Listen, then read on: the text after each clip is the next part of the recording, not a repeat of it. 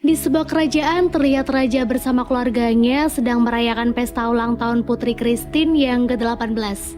Christine yang berulang tahun hari ini diharuskan untuk segera menikah.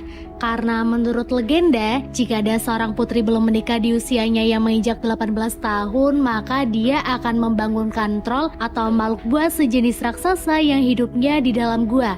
Menurut legenda yang dipercayai secara turun-temurun juga, troll yang bangun akan menculik sang putri dan dijadikannya seorang istri.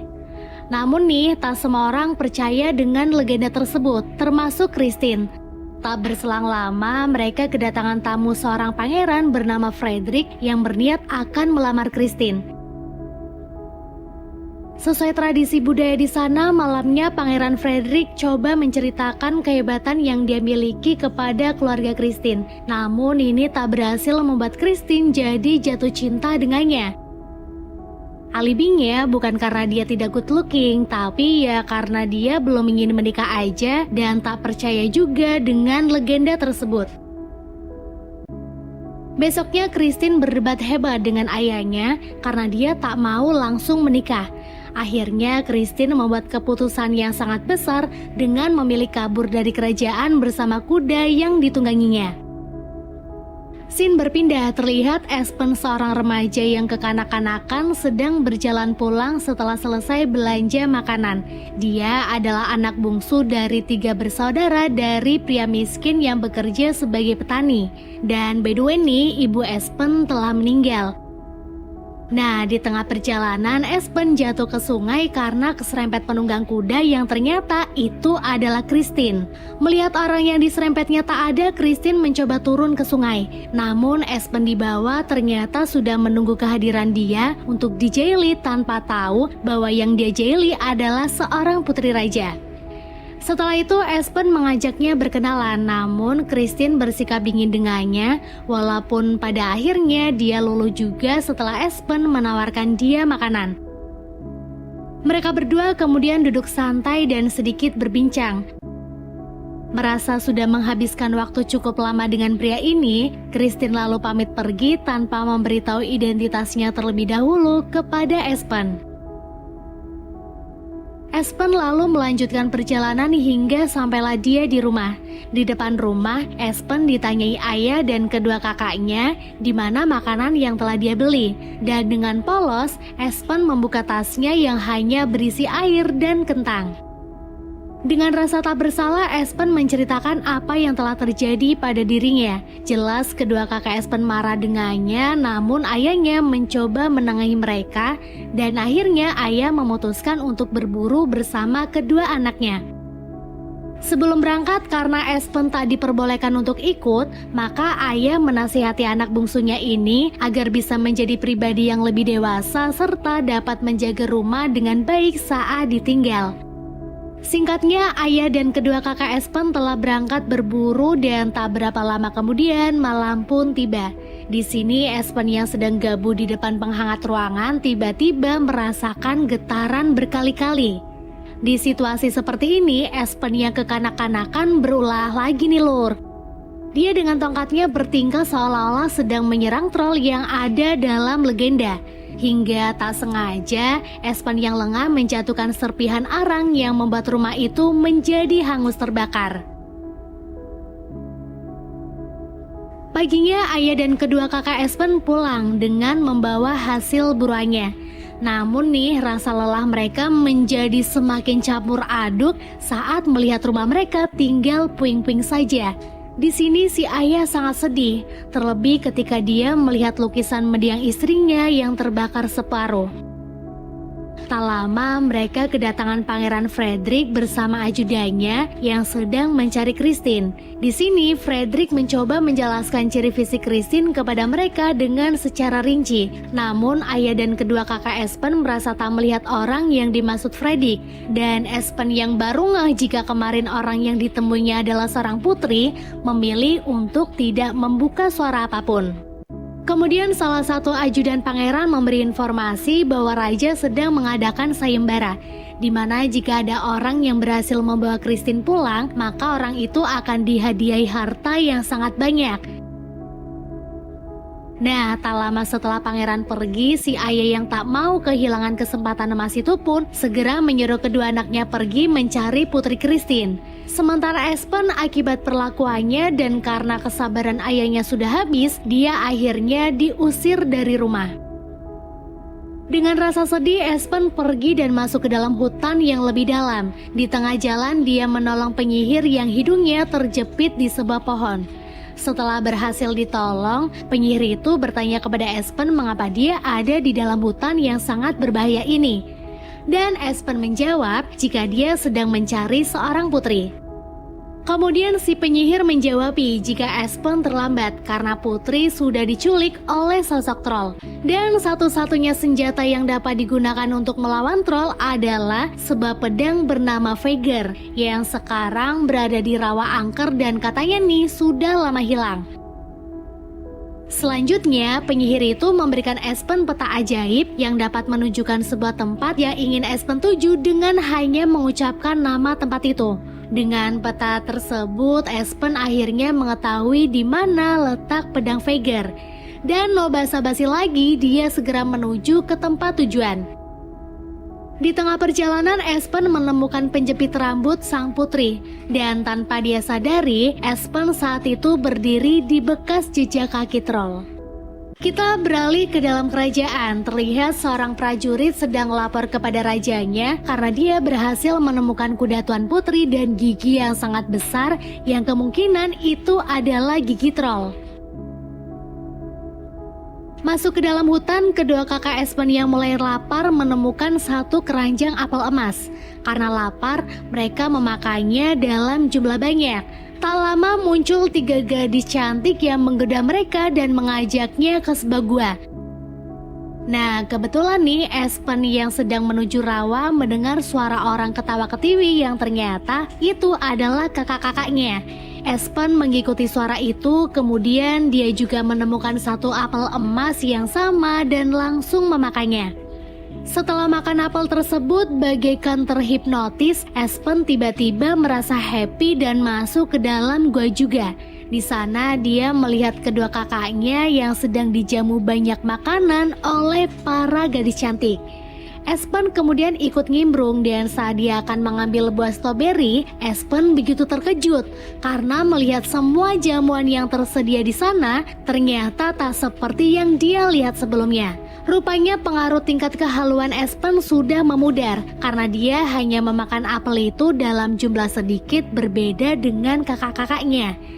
Dan karena Espen tak mau ketahuan jika dirinya sudah sadar, maka dengan terpaksa Espen pura-pura memakan apel yang diberi oleh gadis cantik yang ternyata nggak cantik, melainkan berwajah mengerikan. Ternyata mereka adalah peri-peri jahat penghuni hutan. Menyadari semua yang dilihatnya hanyalah tipu daya belaka, Espen akhirnya mengajak kedua kakaknya melihat sekeliling. Saat posisi mereka sudah cukup jauh dari para peri jahat, Espen segera menampar kedua kakaknya agar tersadar. Namun saat itu juga datang segerombolan peri jahat yang akan menangkap mereka. 3 lelaki itu pun segera lari dan untungnya mereka berhasil keluar dari gua sebelum penyihir menutup pintu gua tersebut.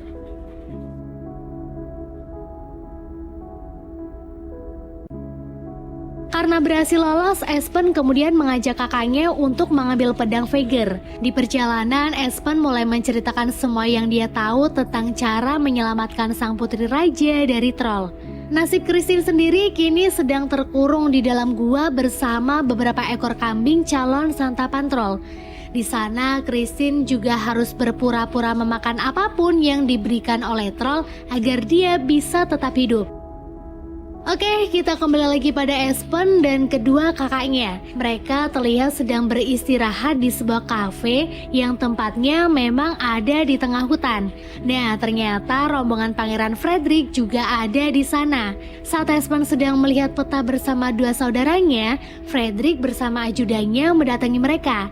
Di sini dia berkata jika dia akan memberikan imbalan besar kepada siapapun yang memberitahu segala informasi tentang Christine.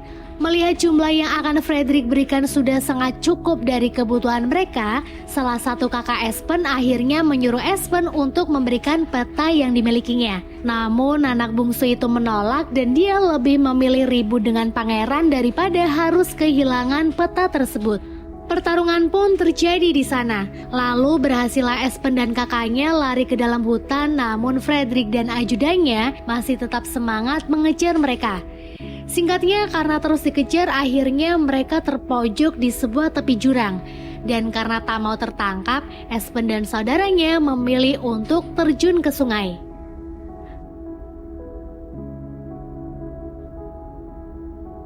Di tepi sungai, kakak pertama Espen begitu kesal dengan keputusan adiknya yang tak mau menukarkan peta ajaib itu dengan uang banyak. Di dalam gua, Christine kini terlihat sedang dimarahi oleh troll karena dia mencoba melukai troll.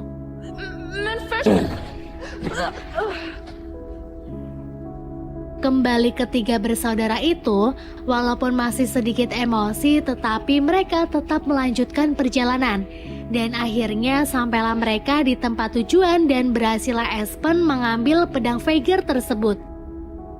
Namun saat tadi Espen sedang berusaha mencari pedang Veigar, kedua kakaknya berhasil disekap oleh Frederick. Hingga akhirnya Espen yang sudah punya pedang itu pun tidak langsung melaksanakan aksinya untuk menyelamatkan Christine, tapi harus terlebih dahulu menyelamatkan kedua kakaknya.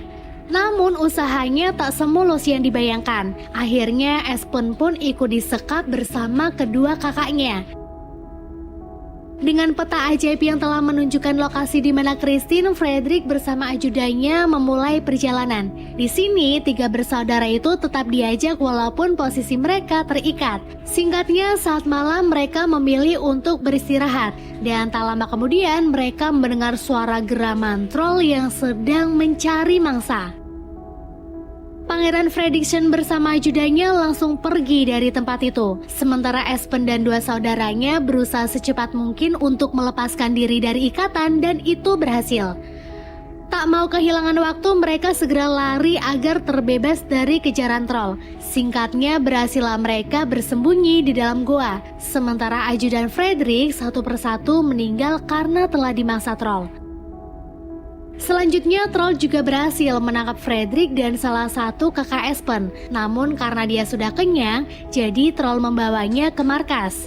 Dengan demikian, Frederick menjadi bertemu dengan Christine. Namun karena dia terus-menerus menyombongkan diri, akhirnya putri yang muak memukul kepala Frederick hingga pingsan. Christine kemudian berkenalan dengan kakaknya Espen, dan dari perbincangan mereka, Christine jadi tahu nih jika selama ini Espen telah berjuang mati-matian untuk menyelamatkan dia. Kembali ke Espen, setelah dia bersedih karena salah satu kakaknya berhasil tertangkap, dia yang tak patah semangat kembali melanjutkan aksi penyelamatannya. Singkatnya, sampailah dia dan satu kakaknya lagi di sebuah gua yang ada di dalam gunung. Setelah mereka semakin masuk ke dalam, ternyata di gua itu terdapat ruangan yang sangat besar persis seperti markasnya troll. Di dalam, tingkat kewaspadaan mereka semakin besar, terlebih saat melihat beberapa tengkorak manusia. Kemudian Espen yang kurang hati-hati hampir saja terjatuh ke dalam sebuah lubang yang ternyata di bawahnya ada kakak dia, Christine dan Frederick. Espen lalu menyelamatkan mereka semua tak terkecuali Frederick. Setelah itu berhasil, mereka berlima bergegas untuk kabur. Namun mereka harus melewati tangan troll dulu yang menutupi jalan karena tertidur pulas. Satu persatu dari mereka mulai berhasil melewatinya. Namun ketika giliran Frederick, dia yang panik menyenggol tangan troll membuatnya bangun dan mengejar mereka semua. Karena matahari sebentar lagi akan terbit, mereka berencana akan naik ke puncak gunung. Bukan tanpa alasan mereka memilih puncak gunung, mereka memilih itu karena troll hanya bisa aktif di malam hari dan akan menjadi batu jika terkena sinar matahari. Mereka terus naik ke puncak gunung, sementara troll masih terus mengejar. Ketika sampai, mereka tinggal berempat karena Frederick memilih untuk berbencar. Di sana mereka berempat semakin panik karena troll sudah sampai puncak namun matahari tak kunjung terbit.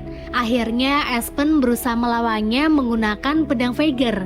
Di sini dia berhasil melukai kaki troll. Namun itu tak membuat troll kalah, yang ada dia malah balik menyerang Espen hingga terjatuh dan pedangnya terpental. Saudaranya yang lain mencoba ikut menyerang, namun mereka bernasib sama seperti Espen dan akhirnya mau tak mau Christine memberanikan diri untuk mengalihkan perhatian troll sampai matahari terbit. Di sini Espen memiliki ide dengan mengambil kaca yang ada di tasnya dan segera dipantulkan ke matahari agar itu mengenai troll. Cara itu pun berhasil membuat troll menjadi batu. Tak sampai situ saja, Christine juga langsung menendang patung itu hingga jatuh dan hancur. Scene beralih, Frederick yang lebih memilih berpencar kini sedang tersasar di hutan. Kemudian dia bertemu dengan seorang penyihir dan Frederick segera tanya arah jalan pulang kepadanya. Namun nih, penyihir yang sepertinya mengetahui jika Frederick anak yang licik menunjukkan arah yang salah. Hingga akhirnya Frederick yang lelah karena terus tersesat menemukan sebuah apel emas dan segera dimakannya. Tak lama dia didatangi peri jahat yang mengajaknya masuk ke dalam gua. Dan ya, bisa diprediksi dia akan mati di gua tersebut. Kita berpindah ke kerajaan. Rombongan Espen kini sudah sampai di sana dan membawa sang putri. Christine pun segera memeluk kedua orang tuanya dan sang raja juga langsung menepati janji sayembaranya dengan memberikan hadiah yang besar untuk Espen yang telah berhasil membawa Christine pulang. Espen dan dua kakaknya lalu pulang ke rumah. Di sana si ayah langsung memeluk kedua kakak Espen. Dan Espen tak berani mendekati ayahnya karena dia pikir ayahnya masih marah dengan dia. Namun ternyata salah. Ayah pun segera memeluk Espen dan meminta maaf atas kesalahannya kemarin. Espen kemudian memberikan hadiah miliknya kepada ayah. Lalu kakak Espen juga menceritakan kepada ayahnya tentang keberanian Espen menyelamatkan seorang putri raja hingga imbalan ini berhasil didapatnya. Mendengar itu, ayah pun menjadi terharu dan semakin bangga kepada anak-anaknya. Lalu alur maju beberapa hari setelahnya, saat Espen dan keluarganya sedang kerja bakti untuk membangun rumah, Christine datang bersama kudanya. Bahagia melihat Christine kesini, Espen pun segera mengajaknya kencan dan film pun berakhir.